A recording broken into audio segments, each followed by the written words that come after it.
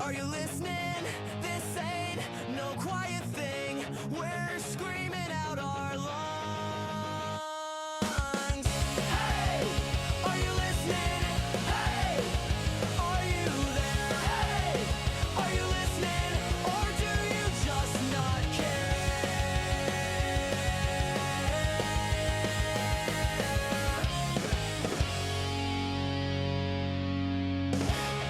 Well, hey, and welcome to Hey, Are You Listening? This is a podcast exploring the past, present, and future of Christian music. My name is Joel, and I'm here with my good friend Brandon. We connected over a mutual love of some particular artists, but also have kind of different tastes when it comes to things. And so we get to experience some new stuff from each other while inviting some friends along for the ride.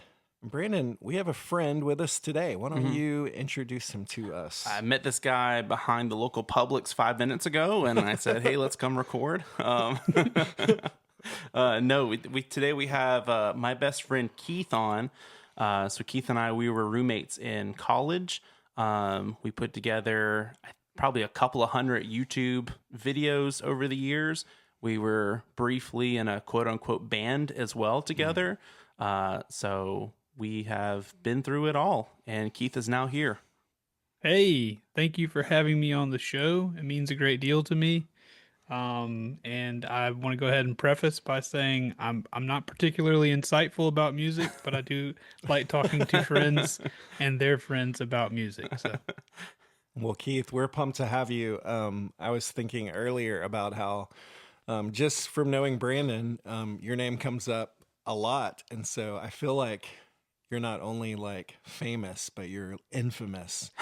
And so infamy probably rings true for sure. But Brandon, he's got very rose-colored glasses when it comes to me. Like you hear people say, "I wish I could be the person my kids think I am." That's how I am with Brandon. Like I wish I could be the person that Brandon thinks I am. That's awesome. Well, for my sake and everybody else's sake, tell us a little bit about how you guys came to know each other, and then maybe how like music intersects into that story a little bit. The first day we met, we were at a yard sale for our youth group, and Keith found this Optimus Prime mask, and he just put it on and started like talking in it. And I was wearing I think I brought my own ketchup costume. Either that or we found it there. And so we have this photo of the first time we ever met each other. And I think you also had like frog sunglasses on, maybe? Yeah, definitely. There were frog sunglasses that I remember vividly. And so, music, it's played a huge part. I remember when we first became friends and I joined the youth group, Keith was like, "Man, I want to get into like Christian music. Like, I want to find some like good Christian music." And I gave him a bunch of CDs, and he was like, "Yeah, this is good. This is whatever." And there was this CD, and I'm like, "Well, here's a band that I really love, but everyone else is kind of like, they're kind of weird, so you can check it out." And I was like, it's kind of a concept album about like suburban America, and like, they're telling stories, and it was House Furo's Suburba. Mm-hmm. And so that kind of kicked off this friendship. And so over the years, like there's been a lot of like alternative stuff, and I'll be like, "Hey, check this out, Keith." And then Keith has fallen more onto like the folk side. So there's a lot of really cool like folk, kind of like the artist today we're going to be discussing that Keith has introduced me to. Yeah, House of Heroes would be like the soundtrack of the back end of my high school career, for sure. They just stuck around forever. I was really into them forever. And it seems like back when we, like, at that time, like half of our conversations were associated with music. Like I think we both considered ourselves deep thinkers, and you know how you can get it. You can get into an echo chamber with another person and be like, "Yeah, we like art. We know stuff." And then we're discussing what these songs mean and everything. But I can remember being very, and we did try the whole band thing. So I remember music was a much bigger. All the time I've spent with Brandon, music has been a very big part of all the things that we discuss and talk about. That's awesome. I'm really interested in what the artists are that you exposed Keith to that he was like whatever about. Oh man, John Rubin. John Rubin. I was hoping you wouldn't ask because one of them's gonna break your heart. Though I remember the this is where it starts going downhill. Where Keith has been doing really good. I hate this guy. Why'd you bring him on? I remember I gave him My Island by Starflyer 59. Yep, and I was like, check this stuff out. And Keith was like, I don't know what they're doing, but okay. maybe not the best intro album for Starflyer. I did. I bounced right off of them, and then Brandon has always been in, like I would have named them as well from that question, but for some reason, they always bounced. I always bounced off of them. I don't know why. They're just the namesake of our podcast, so no big deal. I know. It makes me feel really bad. I kind of want to circle back. It does hurt my heart a little bit that Keith jumped at John Rubin. I think in my heart, I always thought like, Keith jokes around, but like one of our friends, Andrew, one time I said something about Toby Mac being talented, and he was like, yeah, if you're a middle-aged mom. Yeah, I don't want to put any disrespect on John Rubin's name. I liked a couple of his, but I couldn't get into a lot of them. I understand, but that's okay. That's all right. We love Brandon, and John Rubin, I'm sure, is the nicest guy. So. Does he not sell real estate now? Or He's a billionaire now. Yeah, I remember there was an interesting story about his life. I don't want to get sidetracked, but I for some reason am remembering some John Rubin lore that is weird and shiny in my brain. I tried to we covered a John Rubin album, and I tried to coax some of that out of Brandon on the air. And if you go back and listen to that episode, you do not get into any of the potential speculation about John Rubin at all. So long story short, whenever we had Tim Skipper come to our church, one of the first things I said to him was, I was hoping you'd bring like John Rubin. And I remember talking to him, and he was like, yeah, John started this company with his brother, and then Disney came along and just paid them like $1 billion for it. And so John Rubin's just this millionaire that's hanging out with people. I think he opened for House of Fears a couple of weeks ago. Gotcha. So yeah, he's just going around. You missed that show. Money bags. I should have went. Did he really open for them? I think he might have been the MC. Okay. I know that his daughter and I think Colin's son opened. But I think, John, someone was like, here's a microphone. And he was like, let me go dippity do it. These are the kind of things that would have made me leave the room when we lived together. I love that Brandon's like, John. And I'm like, no, Brandon, John. All right. I do not know John. Well, today, Keith has brought us what I'm assuming, Keith, is maybe one of your favorite records. And that is I'll Be the Branches by Chris Renzema. And so I'm not even sure if I'm saying that right, but so we'll get to that in just a little bit. But before we dig into that, let's check the mail. Check the mail. Check the mail. Who, what, when, how, why? Check the mail. So today, our friend of the show, Andrew, writes in about our episode where we had Zach on, and he says, I enjoyed the extended Bojangles discussion. Joel noted that it was a bigger deal in North Carolina, and while that may be true, there's a reason for it. The quality of Bojangles restaurants in North Carolina and even upstate South Carolina is much higher than in the Low Country area. Even, I feel like we're turning into a Bojangles podcast. That was Zach's plan. Even still, the Folly Road, so specific. The Folly Road Bojangles drive-through line will wrap around the building for hours on Sunday mornings until afternoon. So just in case you needed to know that information, now you know. I remember this was always a big discussion for Keith in college.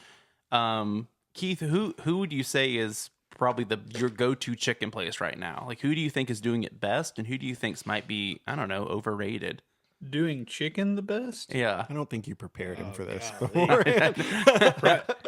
Right now, I be hitting Dave's Hot Chicken pretty hard, which I don't know if they have any of those in the Low Country. No. But we have one here, and just like I'm a sucker for a dry rub. So, but I mean, I really don't discriminate against chicken, Brandon. I can't do it. I don't have a great answer to that, but if I had to drop one chicken joint off the face of the earth in favor of another, I would probably give up Zaxby's for Bojangles at this point in my life. Yeah, Zaxby's has got to go. Oh man, I don't know if I'd go that far. What I will say though is that I will not hear any like Cane's Zaxby's warfare. I feel like Zaxby's was here first. Cane's needs to leave us alone. I can get with that. I'm getting pretty uncomfortable right now. I was just having this conversation the other day with somebody, one of my friends, and we were talking about Cane's, and this was another pro Cane's person, and I'm like, everything Cane's does, they just get right because they only have like 4 things on the menu: chicken, fries, bread, and like sweet tea. And they just knock all of them out of the park. I think they've gotten better. I just know the first time I ever went to Cane's, it was me, Keith, and our friend Emmanuel from college. We all went there. We're all having a good time. Then we get home and we all just got so sick. And so I just remember for the longest time being like, I don't want to get sick. I understand how that can do that. So it's fine. Anyways, this isn't a chicken podcast. But Andrew also says, P.S., if Bojangles were a musical genre, so go back to our discussion that we had there, it would be whatever Maylene and the Sons of Disaster is. Do you know that band? No. They're like a dirty South hardcore band, so which maybe fits. I don't know. That sounds about right. I've never heard of them, but even just the name sounds about right. Dirty and South. All right. So also my wife, Emily, writes in with a heavy hitter of a question. So I'm going to pose this to both of you guys and see what you think about it. So her question is, what does the W in Michael W. Smith stand for? Now, we could Google it, of course, and figure this out, but it might be more fun to make some guesses. So what do you think? The W in Michael W. Smith. I don't know. Keith, what are you thinking? Waylon. Like Waylon Jennings. That's not a bad guess. The first thing that came to my mind was Woobaka, like Chewbacca. It's Michael Woobaka Smith. I'd like to change my answer to that one because clearly it's correct. I tried to think about this realistically before I actually Googled it and figured out what it was. And so I was thinking probably like Wayne. Michael Wayne Smith. Sounds pretty realistic. But you know, the actual answer is Whitaker. Michael Whitaker Smith.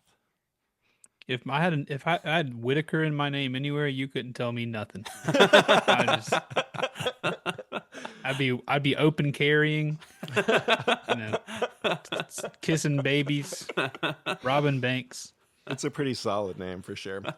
All right. Well, don't forget that you can reach out to us with your own questions for the podcast or just comments at heyareyoullisteningpod@gmail.com.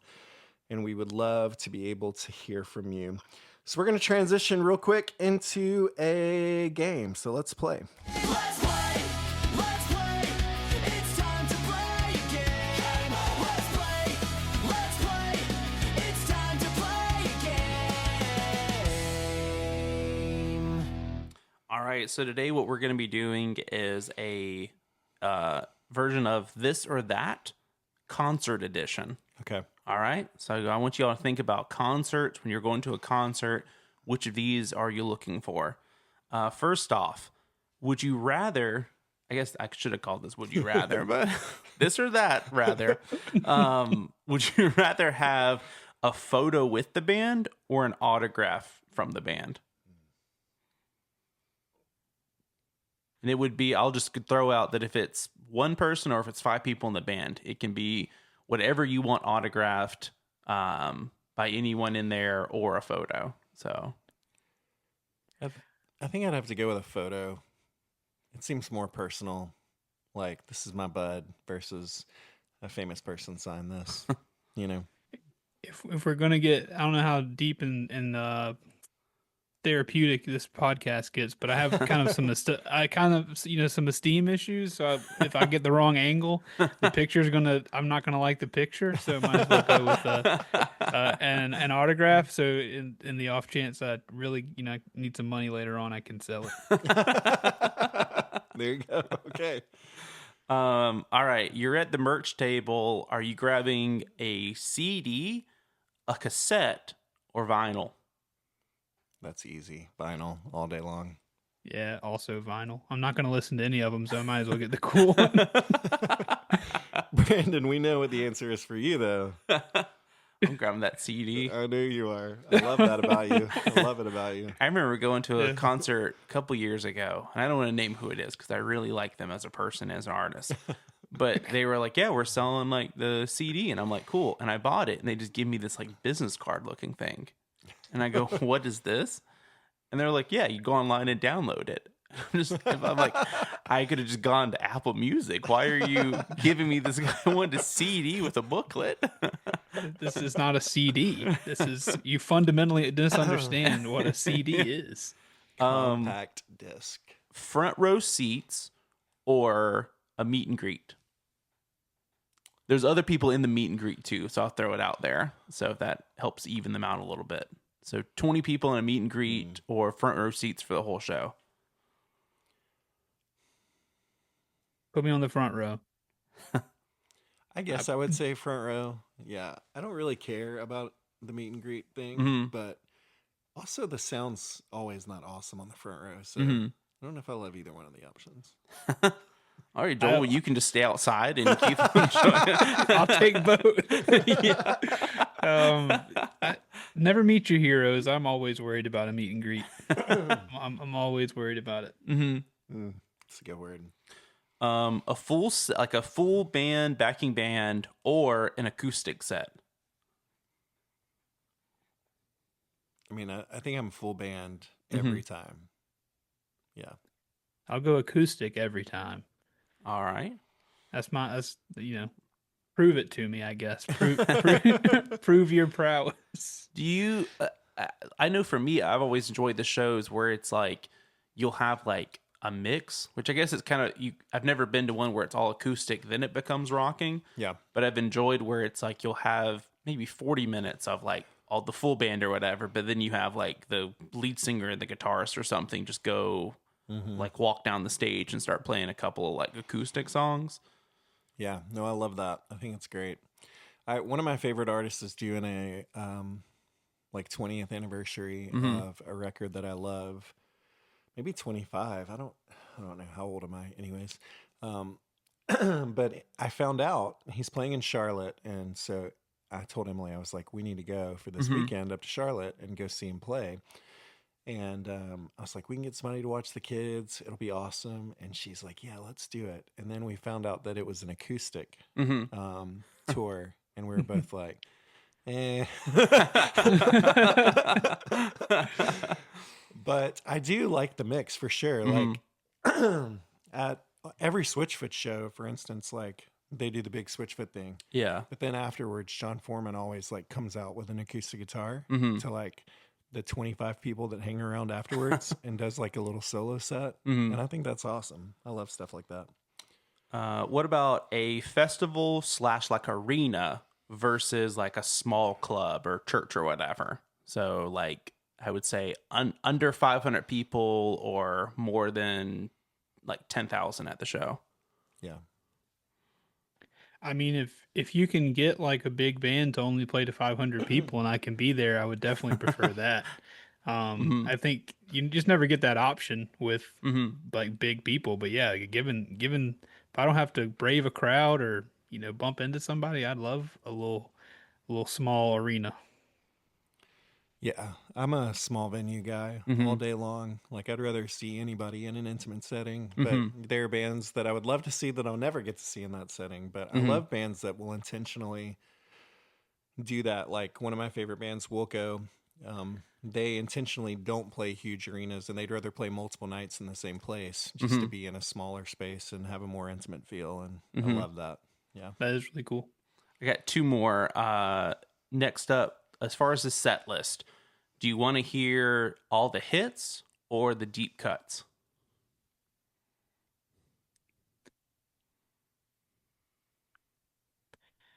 I don't have a super robust opinion on this one. I normally enjoy the hits most of the time, but there have been times when I've gone to a show and I've wanted to see I've been disappointed that a band hasn't played something I wanted to hear. I remember Lizzie took me to a Need to Breathe show at the State Fair one time. Mm-hmm.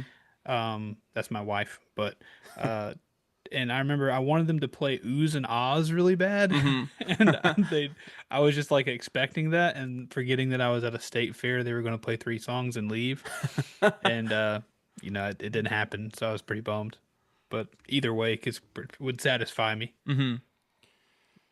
Yeah. Man, that's a tough one. I would think it probably depends on the band and like how well I know the band. Yeah. If I know the band really well, then I probably want to go more deep cuts. But if I'm just getting introduced to the band, then I'm probably going to enjoy the hits more, you know? Okay. And then finally, so this one's kind of a, like, it's not a this or that. It's you're at the show, you get the band calls you on stage to join them in a song. Who's the band you want saying, "Hey, Joel, hey, Keith, come up on stage"? Bonus, you can choose what song you're joining in on. What am I doing, Brandon? It's just singing? Anything you want. Anything I want. They just say We're doing anything we want on stage, or we're singing. We're gonna sing a song with them. you can sing, you do it. You can grab a tambourine if you want, whichever you want. Oh boy, God, I was gonna say it earlier if you asked why I wanted to choose Chris Renzema. I don't know how to say his last name either, but I just feel like he sings kind of in my register, or at least for what I feel like it is whenever I'm belting songs in my truck. So I would like it to be someone that I feel like I could at least sound like that Greta Van Fleet band that sings like they're from the 80s or whatever, and they sing really high. I could never keep up. I would just sound like an animal. Yeah, that's hard. Honestly, probably something that's like pretty loud and like the kind of thing that the whole crowd, like, Yeah. the singer's holding the mic out to you. Yeah. So maybe like an MXPX or something. Just let's keep it simple. It made me. I went to a acoustic Family Force 5 set, which I feel like anyone who knows the band is just a very odd thing to hear from them. Yeah, for sure. But they had one part. One of their most famous songs is called "Country Gentleman," and there's just like rap part for the second verse they do. So they called like 3 fans on stage, and they're like, "All right, who can like do the rap part the best?" And so, Yeah. it could happen. You never know. It could happen. Anything could happen. Cool. Well, Brandon, thanks for walking us through that. It's always interesting to see where we're going to end up. Well, let's talk a little bit about what we've been listening to lately. Love to hear from you guys. What's something that you've been paying attention to? I can go first. I had so a band, I mentioned them a lot, Gable Price and Friends, and they had some music that they had like released a while back, but I think it didn't make it to all of the platforms. So it kind of made me go back and listen to some of their older stuff that they released like way before I got into them. And there's this EP they did called "If I'm Being Honest," and it had a mix of it had like "I Need You" on there, which I feel like is one of their biggest ones. But they also do this cool thing where it was a couple of the songs live, a couple of the songs like revisited or whatever. And so I've been having that EP pretty much on repeat. So it's just like 26 minutes. Been listening to that, and been listening to both Gable Price and Friends and Last Bison have been kind of teasing some of the new stuff they have coming out. So it's not like music, but it's really just been listening to an Instagram like reel on repeat. So it's just listening to the same 5 seconds and be like, oh yeah, this is the other 3.5 minutes of this is probably gonna be pretty good. So You're a child of the new age, man. So young. Keith, how about you? In the Christian sphere, I have a toddler. We have been hitting VeggieTales hard over the last couple of weeks. We have been hitting the greatest hits of VeggieTales pretty hard. I do like. She also likes just talking about stuff in the car. She likes Forrest Frank. She likes him a lot, so we listen to him a good bit. But personally, I have gotten some recommendations from TikTok of some small dudes. This guy named Jimmy Clifton has put out some really good, like, I guess you call it folk, kind of like Appalachian sounding Mm-hmm. Christian music, which is really good and really convicting stuff. Josh Garrels, I think, put out an EP last year at one point that I really liked. What else? I've gone down a bit of a every at some point during the year I go down a Keith Green. I don't know if you guys know Keith Mm-hmm. Green from Yep. like the 70s, but I go down a rabbit hole of listening to his greatest hits a little bit. Listen to a lot of Sovereign Grace music. So I just have a playlist with all that stuff on there that I've been listening to a lot. And if we go secular at all, Jason Isbell is a just he got divorced and then made an album which I don't really love the idea of him being divorced or anyone getting divorced, but I do love what it does to music. So the album is very good. But yeah, a lot of different stuff, I guess. That's cool. I think Keith should probably spend some time listening to some John Van Dusen or Mm-hmm. John Guerra. He might like it. Check him out. Yeah, send them to me. Send them to me. Give me some homework from this show because I'm in need. I cycle through the same people pretty often, and I'm in a drought for new stuff. Awesome. So please send me a list. We'll make it happen. We'll make it happen. I think we're finally getting to the point where there's new stuff kicking in for this year, which is kind of fun. So one of my friends, Mark Nix, he's the lead singer for the band Cool Hand Luke, and my band used to do stuff with them. But they're kind of in a stage of he's releasing singles occasionally, things that he's working on when he's got time to. And they have a brand new single out called "The Wild Unknown," and I've just spent a lot of time listening to that song. Like, it's pretty fun, and it's a really cool track. So I would encourage people to go check that out and support Mark and Cool Hand Luke. It's good stuff. So, all right, well, let's transition in and get into this record.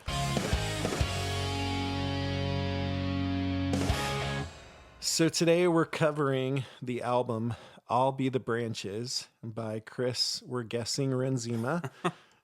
Here's a little info that I was able to pull off about this one. So this is Renzema's first full-length album. It was released independently on March 30th, 2018. It includes the hits. I don't actually know if this is true. It definitely includes "How to Be Yours," which racked up millions of streams. And all of that happened with like no marketing or any label backing or anything. He just like caught a moment and somehow his music really got out there. And so, Keith, I don't know how long you've been listening to him, but you're the one kind of with some background on Chris and his music. So let us know how did you first get into this? When did it come on your radar? And what's kind of your journey with his music? I'll be honest, I learned that it was, that stuff that you mentioned whenever you guys asked me to come be on the show and bring an album. So, I mean, I didn't know that beforehand. I think I've been listening to it for the last like 3 years. I think it's 3 years or so whenever I discovered him. The way I try to find new music is whenever I hit the drought, I just like go on Apple Music and find a song I like and then click make a station and then just let it feed me some new stuff. Yeah, that's good. And he came up. I'm not sure which of his songs came up. I think it was a later one probably. It's probably he's got one called Springtime or 17. I really wanted to find a way to get those included, but I wanted to pick an album that had more of my favorites on there. But yeah, it was an Apple Music gold mine that just fed one up to me, and I just really identified with this kind of stuff that he wrote about, the kind of stuff that he was singing about. I think in an age where the church seems to be very focused on reach and influence and being as exciting as the world, that he sings from a place of humility and from a place of trying, helps me tap into the fact that I feel closest to God, and I am closest to God when I'm humble and I understand my need of Him as someone who is a sinner and someone who is not worthy of, the mercy that He's given. And His music just seems to tap right into that for me.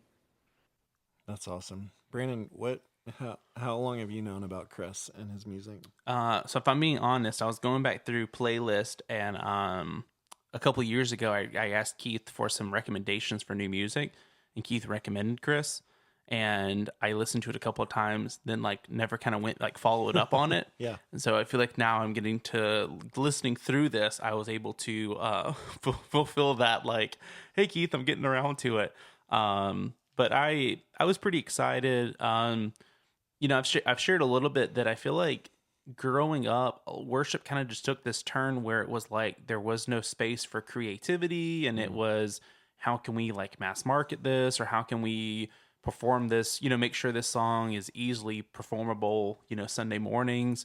And so for me, it's been really cool the past few years, because we'll kind of get into this, but I kept thinking when I was listening to this about like John Van Dusen, a guy you really like, and then this guy Fepeste that I found last year, that I felt like was like a little less polished than this, but I feel like in my mind there's this like subgenre of worship that I call it like journal worship, that it feel like you have opened someone's journal and you're like, let's make this into an album or put music to it. Yeah. So it was pretty cool getting to kind of dive in and kind of see this other side of, I feel like, a genre that for a long time I kind of just passed whenever I would see someone with that label on it. Mm-hmm. Is that a Brandon trademark term, journal worship? I hope it is. That's exceptional. I'm not here just to like, to talk you up or whatever, but I'm gonna write that down too. I think the label should be using this. Well, if you want the worship. T-shirt, head on to We should set up an online store. That's a great idea. No, yeah, I think it's super fitting. I've always kind of thought of like, you've got like corporate worship and then more like personal worship, and this and other things that I really enjoy listening to fits in that personal worship category. Stuff that I can worship to by myself, versus, and they're both good and they both have their place, right? But things that I like enjoy listening to on my own fit more in the personal worship category. So it probably is Renzema and not Renzema. I don't know. But if you ask Amazon Alexa, she thinks it's Renzema. Okay. But I've always said Renzema, so I don't know. Somebody needs to set us straight by sending us an email. Chris, if you're listening. Help us out, Chris, please. So, but I've always, this is a name that I have heard, apparently not listening to pay attention to how to pronounce it, but it's a name that I've come across a lot. And so, Brandon, when you said, hey, this is what Keith wants to cover, I'm like, oh yeah, I've heard of him. And I feel like a little bit like where he was going to fall just based off of some of the things that I had heard, but I'd actually never, I don't think, listened to any of his music, at least extensively. And so this was kind of my first time digging into an album of his, which was kind of a fun thing. So one thing I was curious of, so Keith, he's on TikTok and Instagram. You do a lot of like book reviews. So like you said, going into it, it's something where you don't sit down like at your house and put vinyl on and think, oh, let me pull apart this album. So kind of like going into doing a review, did you feel like it was similar, or do you feel like it was way different than when you read a book and then sit down to kind of give your like rating or thoughts on it? The concept is definitely similar. I find that I'm much more lenient. I can be a very critical person, especially in stuff that like makes it into the public sphere, I guess. Like, I'm not going to be critical of your journal writings, but if you try to sell like a novel, Like Mhm. that's you buying into like I made this thing and people are gonna criticize it. I guess I tend to be pretty critical, but with music I'm a lot less critical for some reason, and even Mhm. less critical with stuff that I like. So I find it hard to review this album just because I have liked it for so Mhm. long. But it is a super similar concept because I mean music, poetry, prose, all those things are, if it's good, I think it's meant to convey a message. Mhm. I guess most music probably conveys a message even more so. Like some books are written just to entertain, but I think almost all music kind of has a message to it. And Mhm. so whether it's music or whether it's a book, it's very similar. It's very Mhm. similar to, see what's this person trying to say? Mhm. Are they saying it well? And is all the stuff around what they're saying, Mhm. pleasant? It's a lot easier to review music, or at least not easier, but like it didn't take me as long to Mhm. think about. So it was a lot less of an investment, which I think is another reason why I Yeah. don't have to be as critical. Is Mhm. like a novel, like you've taken 30 hours of my time Yeah. and I'm going to let you have it. But like music, like, hey, this was only 45 minutes. We're chill, dude. Mhm. I didn't love it, but it's great. Awesome. So yeah, I guess jumping into it, Joel, what were your thoughts on the first track, I Don't Want to Go? Yeah, well, I hit play on it, and my notes, I said, I'm trying to figure out where this is going, just because I didn't have a context Mhm. really. And so I wrote, "Is this a worship record?" Question mark. Because I think I remember when I hit play for the first time listening to it, I'm like, this kind of sounds like a worship record. Mhm. Is this a worship record? And so it's just trying to figure it out. It's a simple song to begin with, but it hit a point in the song where it kind of like kicked in, Mhm. like the band came in kind of in a full way, and I'm like, oh, this is really nice. I felt like the production on it, we talk a lot about production. I felt like the production was really good, and it's a Mhm. kind of production that I enjoy, in that it everything sounds clear and crisp and nice, but it's not like super, like, it feels like a crisp like live album Mhm. almost, versus versus just like an overly produced like record that comes out. Mhm. And I like that sense of the production, and so I was instantly kind of hit with that as the Mhm. song was coming in. And I thought, I'm like, man, he made this record by himself, or because I felt like I Mhm. read that somewhere that like he recorded it himself, and I'm Mhm. like, this is really good for like a self-produced record. And there's a really cool build on the bridge of this song that I thought was awesome. Mhm. And then it doesn't actually build to somewhere; it like drops at the end Mhm. of the build, which was cool. I kind of wanted like kind of wanted the high point from that bridge. Mhm. It never really got there, but I appreciated the restraint all the Mhm. same. And so, and then it had a classic like '90s fade out at the end, Mhm. which I thought was a really fascinating thing. You don't hear that very often in Mhm. music these days. So, but I felt like with this first song, I'm like, okay, I'm here. I like this. This Mhm. is this is cool. Yeah. Keith, how about you?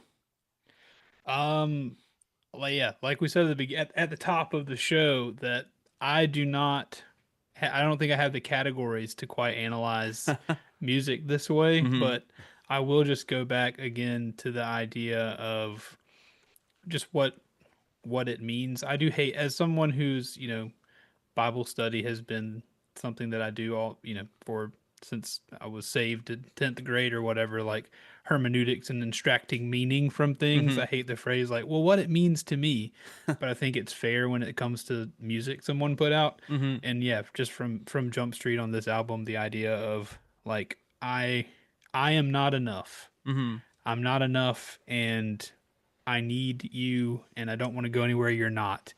Um, and it just, yeah, it sounds good in my ears. I Mhm. couldn't tell you why, but yeah, the emotion and the just what the guy's saying is meaningful to me. I was trying to think of another album I've ever listened to that started off with a 6-minute song. And I was thinking that's a really like interesting and like bold way to start, is like here's 6 minutes. But I really like that it didn't feel like, so when I first saw that this is gonna be 6 minutes, I'm thinking, oh man, I hope I don't hit like minute 3 or 4. And like I said, worship music can sometimes be like repetitive. And I was like, man, I hope I'm not at minute 4. And I'm like, I just have 2 minutes of the same thing. Yeah. So I enjoyed that's kind of a theme on this one, is that none of the like songs, in my opinion, like overstayed their welcome. I brought this up to Zach, and I wanted to get y'all's thoughts on this. So like a lot of music, I feel like, I don't know, pre 2010 or so, had a lot of like interludes. So I was thinking, like with this one, I'm used to a lot of tracks. It might be like the first minute and a half would have been a intro track, and then it goes into it. Mm-hmm. Do you feel like that's something that's cool, or do you kind of feel like if you're just putting out the same music, it's kind of like, all right, man, are you just trying to like get 2 tracks out of this? Like, do you guys think that it improves or it changes it if you have a minute, intro? Or do you feel like it's fine just having the whole 6 minutes just there together on the track? Are you talking about a track that's named like an instrumental track that's an interlude, or Yeah, like like 2 beginning. minutes of a song being instrumental? Yeah, like how this song, like if you would have had right before he starts singing, if you would have had it be just like a separate track for Yeah. that. I this feels like bait. I feel like I hate that kind of thing. Oh, it's no, yeah. yeah. No, because I do feel very strongly about it, oh, okay. and it's negative. No, I don't want to ruffle any feathers or anything, but I feel like unless you're doing something really cool with music that people haven't Yeah. done, like hey, I'm here to hear what you have. Like you need to say something, IMO. But that's just me. I don't know, because I try not to listen to music in a digital sense, if that Mhm. makes sense. And so, like, if I put a vinyl record on, I don't know if it's a separate track or not. Yeah. Like, it's all just there. And so I don't know that I have a lot of an opinion Mhm. about, like, I guess in a digital age, like, it's nice to be able to skip past little things if you want Mhm. to, but yeah, I don't have a strong opinion. Yeah, like I said, it was something I thought of beforehand, that I'm like, oh, if I wasn't into this, but then also I was like, I feel like it is kind of cheap because I feel like an intro track, if you're doing something different, like how the end is not the end, it opens with these violins, then it goes into something completely different. I'm like, oh, that makes sense. But with this one, I think I kind of fall into like the category of Keith, where I'm like, kind of feels like if you did that, you're just kind of like cheating your way of, look, we got 14 tracks on this, but we only have like 9 songs, Yeah. on the album. And so, but That's an interesting thought. All right, what about track 2, Son of God? I really like the lyrics. I think on this one that kind of started shining through a little bit more. That's when I kind of started, like I said, kind of comparing it to like a John Van Dusing or a Fepeste, where it's like, oh, this is just someone like going through, here's what I'm going through, not someone was like, we got to put out an album, I like how it slows down a little bit for the chorus too. So I just enjoyed that it felt like, and it's, I feel like I'm going to say a lot on here that that's the theme of this album or whatever, that, each song doesn't just stay with, all right, we've got this one thing down, let's just do this for the next 3 minutes. And I feel like it just shows in an artist, like I said, it's not we just need to put this out, or how can I rush this out? It's, I'm putting a lot of thought into this thing that I'm sending out into the world. That's good. I love the picking at the beginning. Mhm. I love the guitar at the beginning of this song. So I guess that's going to be probably the deepest thought of how like instrumentation love I the have is picking. like, yeah, me love picking. Sound good. Anything else about the song though? Oh, I mean, yeah, I like the anytime someone's brave enough in their album, like, or song or whatever, Mhm. to start talking about like specific things that were happening in the Old Testament, because again, that feels like something that in a modern Christian age, if we want to dance around a little bit, like if you get too deep in the Old Testament, then you have to answer some difficult questions to people, at least people who don't believe. And so anytime someone's brave enough to like take inspiration for their art from that, I'm impressed and I enjoy it. And again, just we go from a song of humility, like I can't go by myself and I won't go by myself, and then a reminder of the great things God has done to bolster, I guess, your confidence in the person you're serving, the God you're serving. It hits good for me. Mm-hmm. Yeah, I like this one a lot. Keith, I'm with you. I like the guitar picking at the beginning. I thought that was really cool. It's just creates a really good texture for the song. And the lyrics, I think, yeah, I'm with you guys both on that. I think that it like felt like a worship song, but there's like way more depth and creativity than we get out of worship music. In a cool way. And then there's a point in the song where this like synth hits in, and I'm like, oh yeah, that's really good. I'm here for that. And so I love that. I thought the song ended really strong, and yeah, I thought it was really great. Next up, we have God Be. Keith, what are your thoughts on this one? That one, um, again, my to remember specifically, I listened through it several times on the way, on the way through the week, and that one I like a lot. I mean, I like all the songs on the album. It doesn't stick with me, kind of like a a Son of God or a How to Be Yours, but again, a pleading for God to be something for you.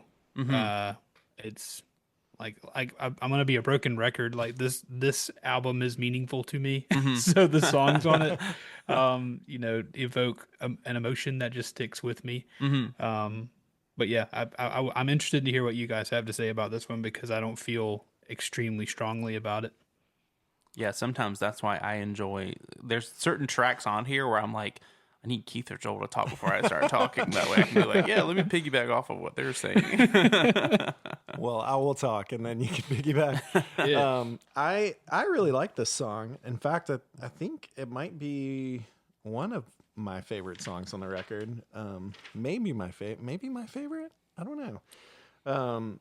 So part of that's probably because it's like a take on the hymn "Be Thou My Vision," Yeah. which is I think my favorite hymn, and so I'm a little like bought in already because of that. It is one of the greats for sure. Yeah, so good. And but I think just musically, I really like stuff that's going on. It reminded me in places of like Ryan Adams and his music, who has been in the past one of my favorite singer-songwriters.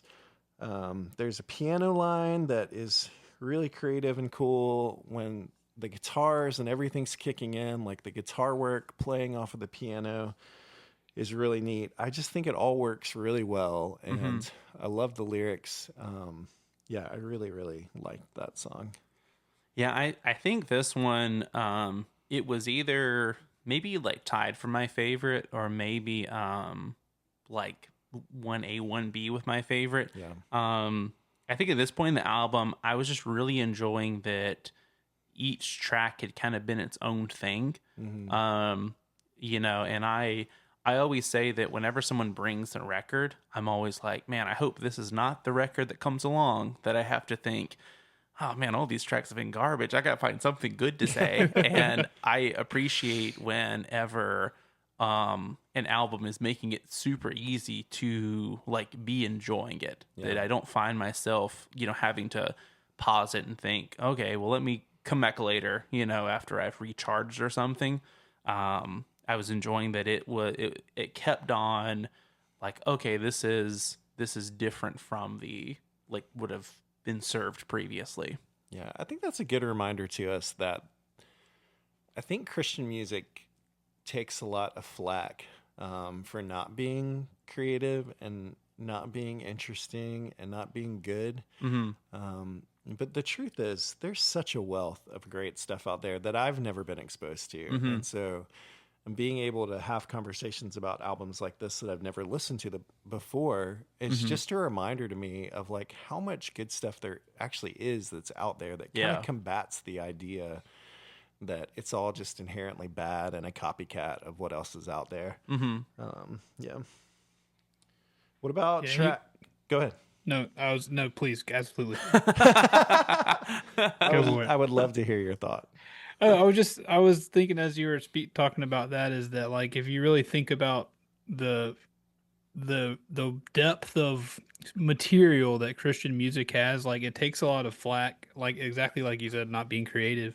But like it seems like anytime there's really authentic Christian music, like someone who's writing through inspiration that they have from their relationship with God, like it shines through. Like just anytime you legitimately pull from that relationship, it usually works out. Yeah. And just to think that like, people think of secular music is where the art really happens. Like it honestly should be the opposite, considering like a secular artist, like I have my life, I have, whatever to pull my inspiration from. But if you're a Christian with a deep knowledge of scripture, like you have thousands and thousands of years from the creation of the universe of stuff that you can write about.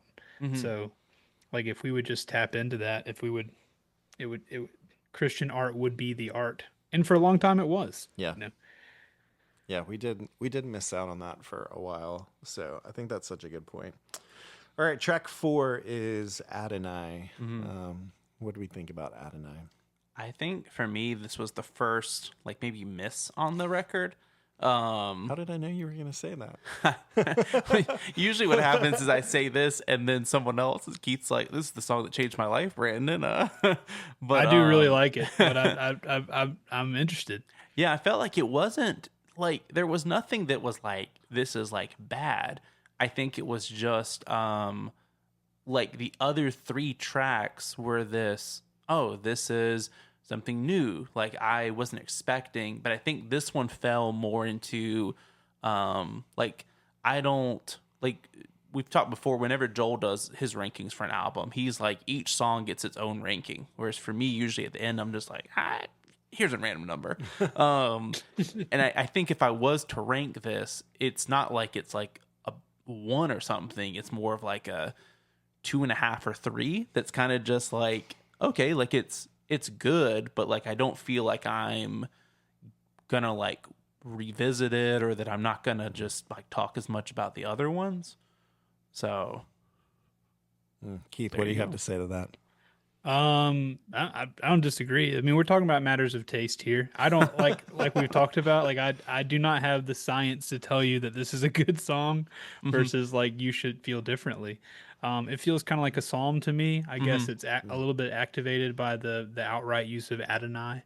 But it has the spirit of a psalm to me. It has the spirit of David post Bathsheba or whatever, whatever sin issue you've got, realizing like I need mercy. I can't write a poem about the mercy I need right now. I just feel like I feel like I'm being squashed by a bug and I need help. And so I like it. It's one that I rarely skip when it comes on in the car. But Joel, since you mentioned the like the bridge that comes through and then like the restraint, like it doesn't shoot up, like he does that again in this song. Yeah. So it feels like that's something that he likes to do, I think, because instead of like when he's talking about I've got nothing, you could blow it up at the end of that, but he just like lets that fizzle out again. Which here or there, I don't know if I feel one way or another about it, but I know I like it. I like the song. He does an interesting thing a lot on this record, actually, where like the big moments are more instrumental moments a lot of times than like with him actually like singing. And I think that's true on this one because he's got that point in this song where he says like, I've got nothing. And then you have like a big hit in with the music. And I'm like, man, I thought that was really cool. And I wrote in my notes, like, that moment took it up a whole point. Uh-huh. And this is one of the more like simple songs on the Mhm. record, and a little more chill. And so that's why I kind of felt like I knew where you were gonna like sit with it. But, but yeah, I still really enjoyed it. I was beginning to notice a trend, I think, at this point, though, of I feel like his songwriting, and I don't know any of the rest of his music, but I feel like his songwriting does take like a path, and a lot of the songs do similar like structural things along the way, and so I really like the path. I'll talk more about it in a minute, but I think like sometimes it can be like if the same path is taken like over and over again, then I think there's good creativity in like changing the path a little bit. So, but A lot of them do sound similar. As you say that, yeah, the structure is very like, and then finding out like, oh, this is my first album that I'm producing myself. Like you kind of understand where that comes from too. Yeah. It's like, yeah, I'm finding my way a little bit. yeah, for sure. And that's to say again, like I actually really like the path, and I think it's cool. I like the structure of the songs and what he does. There's a general thing that happens of like the first half of the song is pretty chill and pretty simple, and then somewhere about halfway in, like the instruments kick in, and then there's a bridge that builds up, and then it drops down again. But I think it works really well. But I also got the sense, and I think it's true, that he wrote a lot of these songs and they were all like singles or whatever it may be, and then he kind of put them together as a record. And I think that you get more of that sometimes when you take songs that you're writing and just compile them on an album versus you're like thinking about writing an album. So maybe that's part of what leads to it. So yeah. Next track is Fountain. Joel, how do you feel about The Fountain? Fountain, I think, is probably my other favorite song on the record, up there with God Be. I like it. It has a different pace than like the rest of the record. And so I like that it just seems fun. I like the lyrics. There was a line in there, that garden snake's lies be unmade. And I'm just like, it's a great line. Like, it's simple, but it's really good. I thought the crashes in on the bridge were cool that were happening. I'm a sucker for like a good bridge on a song, and he's another great example of just the bridges are always so good. And the bridge on this song is so good, and the last chorus on this one ends really big, and I love that because I love big moments and quiet moments. And I think he's probably a really big fan of big moments and quiet moments too, because I feel like that those are the extremes that he tends to hang out in, verses in the middle.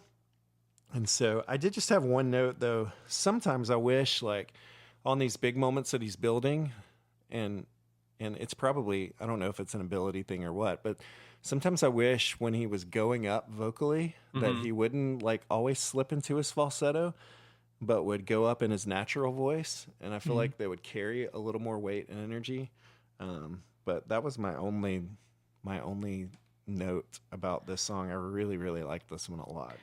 It may be an ability thing, because as you say that too, that is a pattern that I don't think I've identified. But as you say it seems like, yeah, I don't know if he's, I don't know of any song where he really, and I've listened to I think everything he's got out, where he really like lets it, or really goes high, Right. instead of the falsetto stuff. But I will say, this is if I had to pass on one song on the album, this would probably be it for me. I love that my two favorite songs are your least two favorite songs so far. I'm sorry. I was not planned that way. And I don't know why that is. I think, I don't know. I err on I probably err on the side of like a pessimistic side of life sometimes. And that's one thing that God has been working on me with a lot, I think, is that, Scripture tells us, like, arrogance is not the goal, but we can be confident. We can be confident in like God's love for us and what he has for us and what he wants for us. But I very much struggle personally with my own sin and feeling um, worthy in again, we're not worthy, but like feeling that the worthiness that grace brings us. Yeah. And so for some reason, I find it a lot of times hard to identify with songs where there is a fountain building up of you of like this joy that's like if there's one thing that my flesh will do, it will quench my joy for sure. And so I struggle with that, but I do like the song, and it's helpful for me in finding that. But I feel a lot more at home in I guess identifying my humility. I don't know. Yeah. I really enjoyed the intro. And I enjoyed like the builds to it. I feel like there's a lot of like passion and emotion that shines through. And I don't think it's maybe necessarily like this track that like is doing something other ones aren't, but I think it's just kind of continuing. Like I just go back to, it feels like it's not someone wrote the song then gave it to him. It's that he's like, feels like he's just putting words to like his like thoughts and all. And I mean, I guess like, you know, since this is all I've listened to, like I assume, Keith, you've listened to like some of his like newer stuff. But do you kind of feel like that's a pattern that he has continued, that it feels as though it's just, I'm pouring my heart out? I'd recommend, if you wanted to listen to more, like that song I mentioned earlier, it's called 17. I identify with that one a lot, but yeah, it seems like everything that he's got that I've listened to is very much that. That's why I liked your term of journal worship, because it does feel that way. That's good.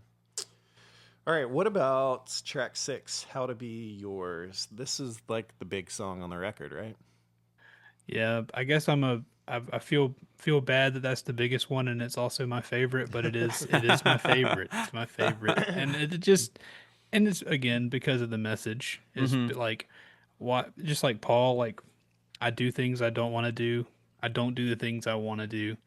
Like you would think, being a converted follower of Christ for however long any of us have been, whether it's been 10, 20, 30 years or less, like you would think that you would get it. You'd think that I would eventually land somewhere where I do right and I don't do wrong, but I still do wrong. And I still, a lot of times, I don't feel like I know how to be God's. And I just that message hits home. I feel like one thing I appreciated was that I think a lot of times in like, I mean, like I think music in general, like this can happen, but a lot of times, like in Christian songs, is that the first verse sets up this like things are really bad, but then by the time the chorus rolls around, it's already like, hey, but wink, wink, I know that God's going to like pull me out of this. And then by second verse, you're like, okay, I'm back on the like the men's or whatever. And I like songs that just like, it's such a process. And that's what it feels like in here. It's like by the end of the song, it's not, man, I'm struggling, but now I'm, like, it's just, I don't know. It's this visual that it's like, I walked into church and I was like, by the end of the first song, I'm on stage, like praising or something. Like this feels more like I'm going to go through a while before I reach the point that like I need to be, or you want me to be, or whatever. And I think that like, Keith keeps talking about that.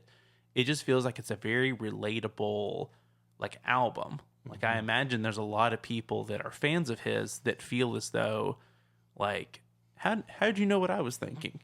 Or like, and I think that's really cool, in an artist. Cause I think of, the stuff we've reviewed or just even our past, that was such a presence as whenever I found artists back in, high school or whether it's now, that I'm just like, this is what I'm thinking. Like this person, I feel like I'm not alone in this like journey I'm on. And I think that's just something that's really shining through on the album. Yeah, I definitely love the lyrics excuse me, on this one. And I feel like, Keith, you can probably tell me if I'm right, but like some of the song is basically like from him singing to the Lord, but then some of it is like basically God singing back to him, Yeah, reminding him. Yeah. And so I love that part about it, that there's a similarity, but like still a commitment on both parts of I'm not walking out on you. And I thought that was cool. Even though we're still learning and figuring out what it looks like to belong to Jesus. And so I mean, I like this song. Yeah, it's a nice, simple piano melody. It's more like a lot more repetitive lyrically than like his other songs, but I think that makes sense then why this became like a hit for him, even though, it probably was not like a K-Love hit. It was like a hit nonetheless. Right. And so yeah, I enjoyed it. I thought it was good. On the Banks, what are you getting from the Banks, Keith? I like On the Banks. That's another one of those Old Testament, reminders of things that have happened. I like the idea, when Joshua crossed the Jordan into the Promised Land with all the Israelite homeboys and homegirls, they set up monuments to remember what God had done for them, and even though we're thousands and thousands of years hence, God still, we're spiritually Israel. So God did those things for us.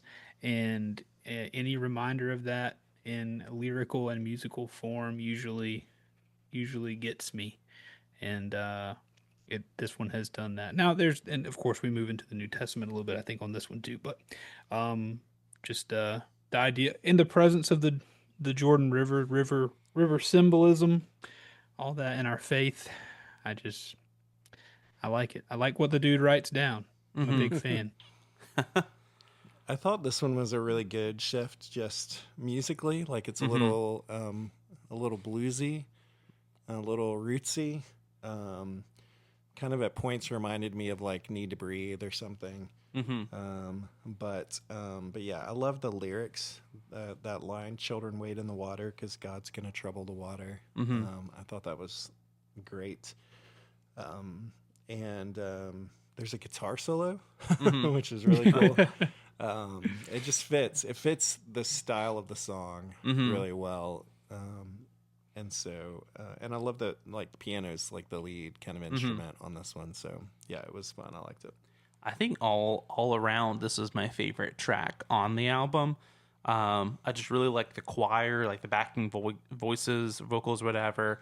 It's another long track that doesn't overstay its welcome. Like I don't find myself thinking this could have ended 2 minutes ago and I would have been like fine. I think my only complaint, and I guess going into the final track, Found, you guys can agree or disagree or give me your thoughts.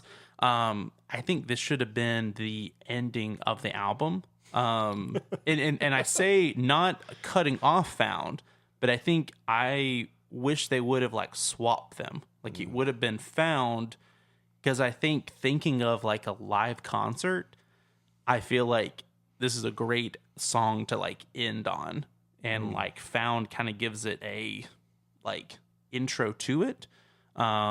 Which I mean, like you'd brought up that you were saying that like a lot of the tracks were like singles or whatever. So I kind of want to get y'all's thoughts on, did you feel like that was a good one, or did you feel like Found was a better like ending, or do you kind of just feel like Brandon, be quiet, he did what he did? I do want to talk about Found, but not yet, because we skipped the song Not Yet. Oh, we did? I was suspicious we Track might have. 7. Yeah. I think I skipped it too. So I've never even heard this song. Brandon doesn't have anything to say about Not Yet. I'm going to be quiet now. Keith, what do you think about Not Yet? Not yet. It's another one of those that I can kind of take or leave.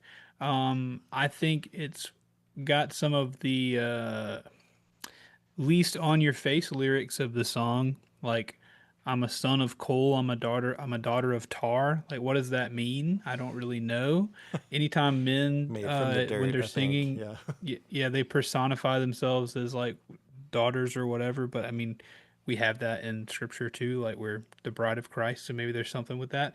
But I do think the lyrics are some, or at least maybe his densest as far as the meaning in there.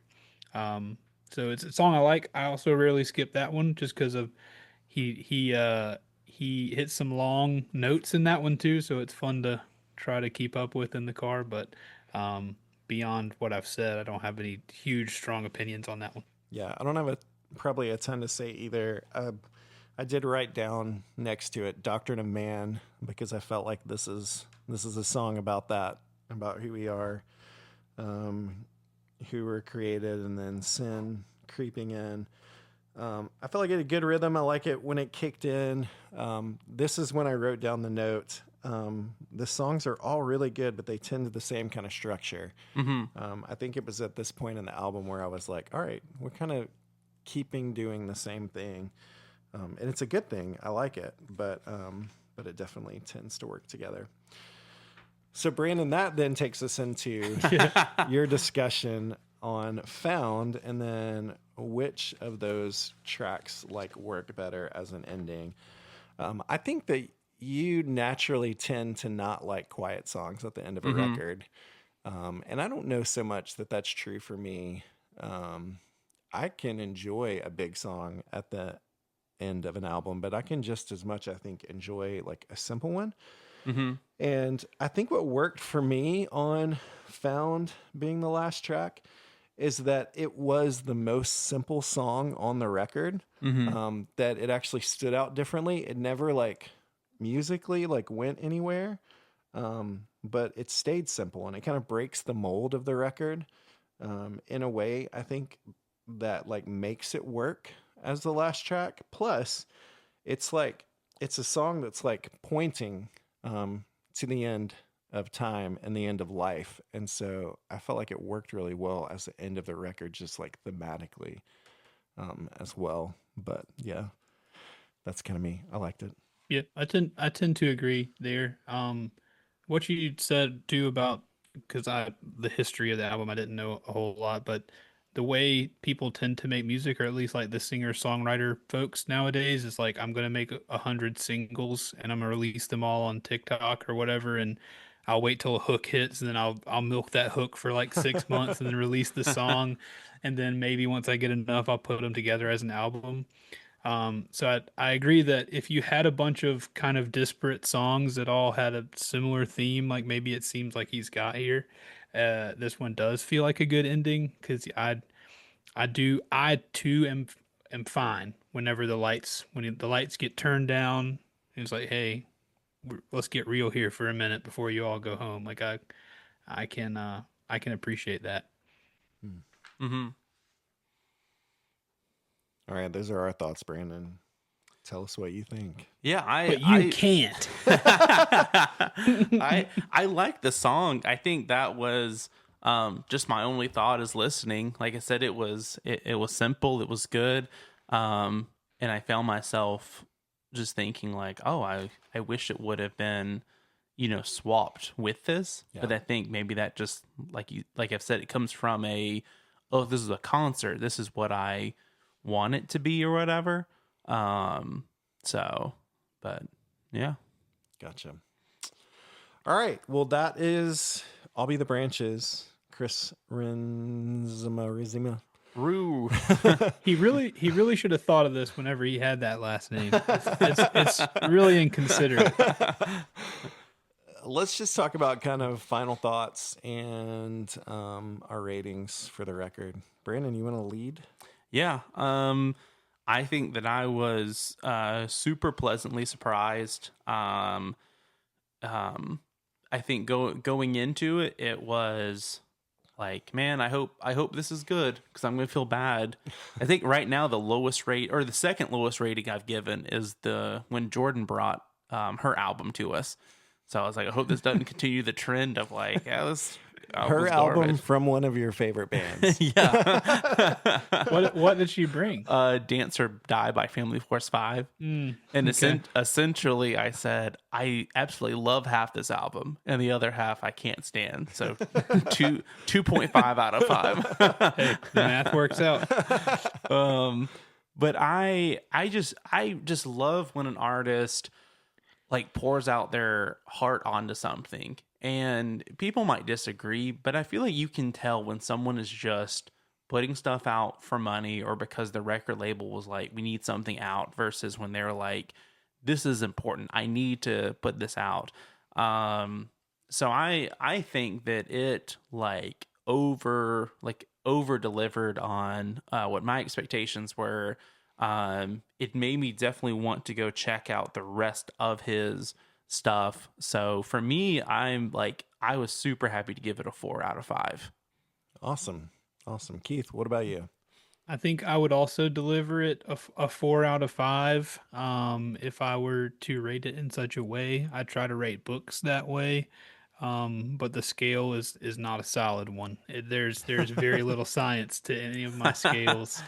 But in a season of my life where I don't give music the place of honor that maybe it once had for my thinking, and like I really don't find myself like, this was a really cool exercise, and I'm grateful you guys let me come on and do it, because it's not something I normally think about too heavily.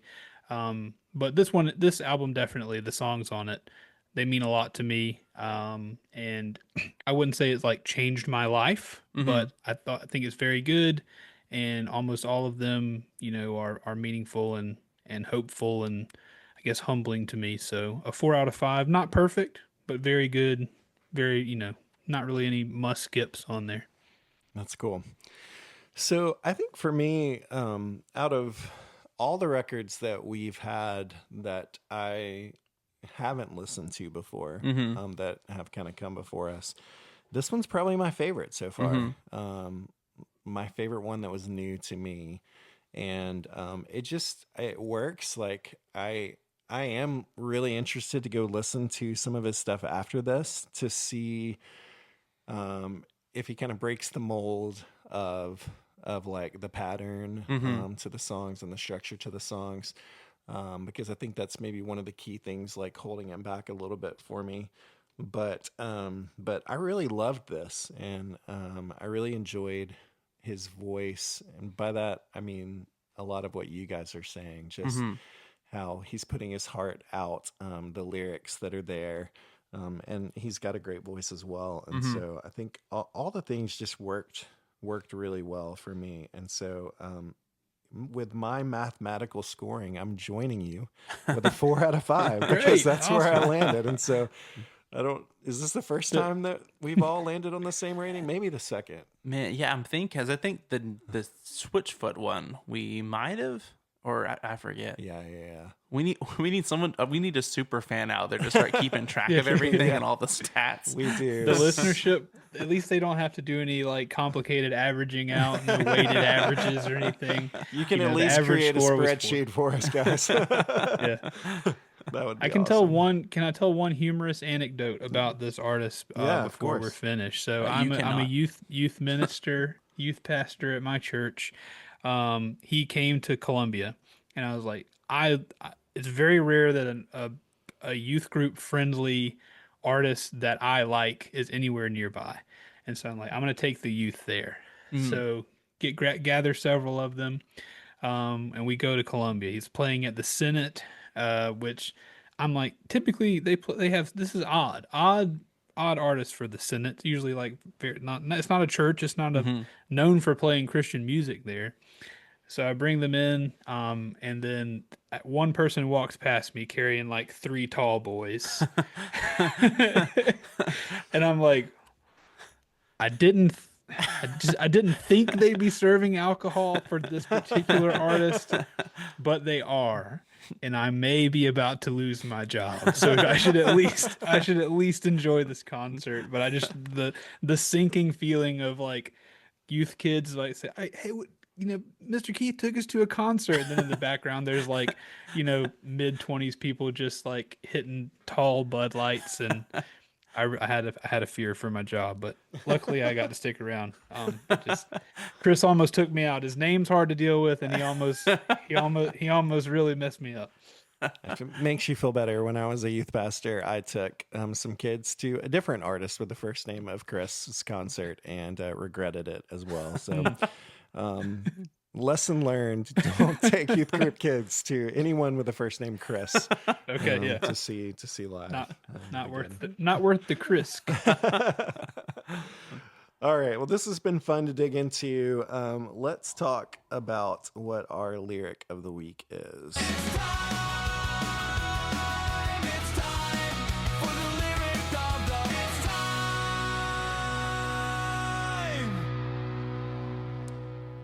So our lyric comes from Son of God, and it says, "Oh, we've seen graves and oceans bow.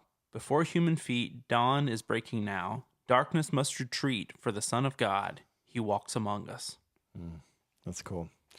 It's a good just kind of cap on this discussion. So, Keith, man, it's been awesome having you on. Thanks for coming. You were highly respectful of Brandon, even though I know you've got all the dirt, and so I appreciate that. And it's been really fun to get to talk through this record. I'm super grateful that you brought it to us, because I probably would never have taken the time to stop and listen to it. And I can tell you that I will continue to listen to it and check out the rest of his stuff too, because I really enjoyed it. So we're thankful as well for you guys for joining us and coming and listening along every week. And you can continue to find us online. Hey, are you listening on Facebook? Like stuff there, join in the discussion. I don't know what I'm saying. Subscribe to the podcast, give us a review. We're just grateful that you're along for the ride, and we look forward to talking to you again soon. Hey, are you listening? This ain't no quiet thing. We're screaming out our lungs.